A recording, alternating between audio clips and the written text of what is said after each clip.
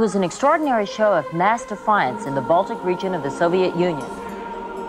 Whenever you give free speech to people, then things get out of hand.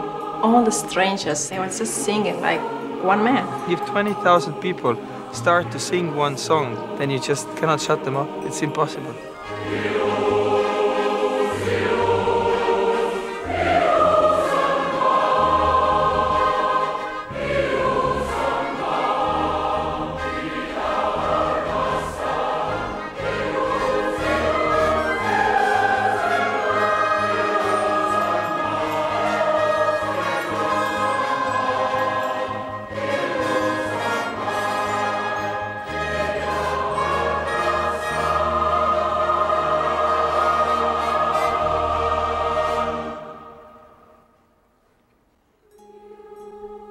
I think that to have freedom through singing, it was the most important thing maybe in my life.